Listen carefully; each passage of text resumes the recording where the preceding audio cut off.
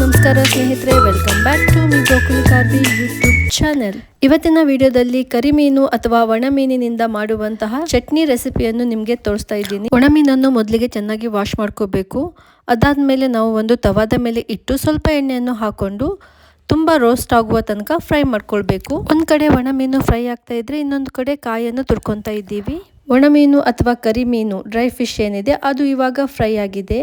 ಇವಾಗ ಅದನ್ನು ಎತ್ತಿಟ್ಕೊಳ್ಳೋಣ. ಹಾಗೆ ಚಟ್ನಿ ಮಾಡಲಿಕ್ಕೆ ಬೇಕಾಗುವಂತಹ ಸಾಮಗ್ರಿಗಳು ಏನೆಲ್ಲ ಅಂತ ನೋಡ್ಕೊಂಡು ಬರೋಣ.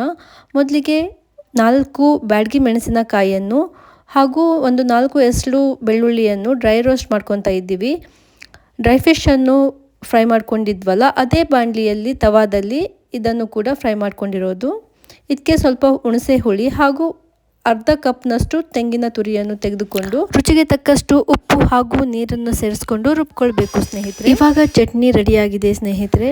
ರುಬ್ಕೊಂಡಿರುವ ಈ ಚಟ್ನಿಗೆ ಆಲ್ರೆಡಿ ತವಾದ ಮೇಲೆ ಫ್ರೈ ಮಾಡ್ಕೊಂಡಿರುವ ಒಣ ಮೀನನ್ನು ಸೇರಿಸ್ಕೊಂಡ್ರೆ ಡ್ರೈ ಫಿಶ್ ಚಟ್ನಿ ಸಿದ್ಧವಾಗುತ್ತೆ ಸ್ನೇಹಿತರೆ. ಆದರೆ ಈ ಚಟ್ನಿಗೆ ಡ್ರೈ ಫಿಶ್ ಹಾಕುವ ಮೊದಲು ರೋಸ್ಟ್ ಮಾಡ್ಕೊಂಡಿರುವ ಮೀನಿನ ತಲೆಯ ಭಾಗ ಮತ್ತು ಬಾಲದ ಭಾಗವನ್ನು ಕಟ್ ಮಾಡಿಕೊಂಡು ಆಮೇಲೆ ಉಳಿದ ಭಾಗವನ್ನು ಚಿಕ್ಕದಾಗಿ ಕಟ್ ಮಾಡಿಕೊಂಡು ಚಟ್ನಿಯ ಜೊತೆ ಸೇರಿಸ್ಕೊಂಡು ಮಿಕ್ಸ್ ಮಾಡ್ಕೋಬೇಕು.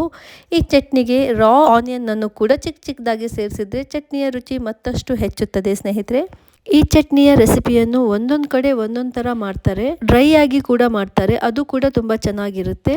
ಈ ರೆಸಿಪಿ ತಮಗೆ ಇಷ್ಟವಾದರೆ ದಯವಿಟ್ಟು ಒಂದು ಲೈಕ್ ಕೊಡಿ, ಶೇರ್ ಮಾಡಿ ಹಾಗೂ ಚಾನಲನ್ನು ಸಬ್ಸ್ಕ್ರೈಬ್ ಮಾಡಿ ಅಂತ ಹೇಳ್ತಾ ಮುಂದಿನ ವಿಡಿಯೋದೊಂದಿಗೆ ಮತ್ತೆ ಸಿಗ್ತೀನಿ. ಅಲ್ಲಿ ತನಕ ಟೇಕ್ ಕೇರ್, ಬಾಯ್ ಬಾಯ್, ಶುಭ ದಿನ.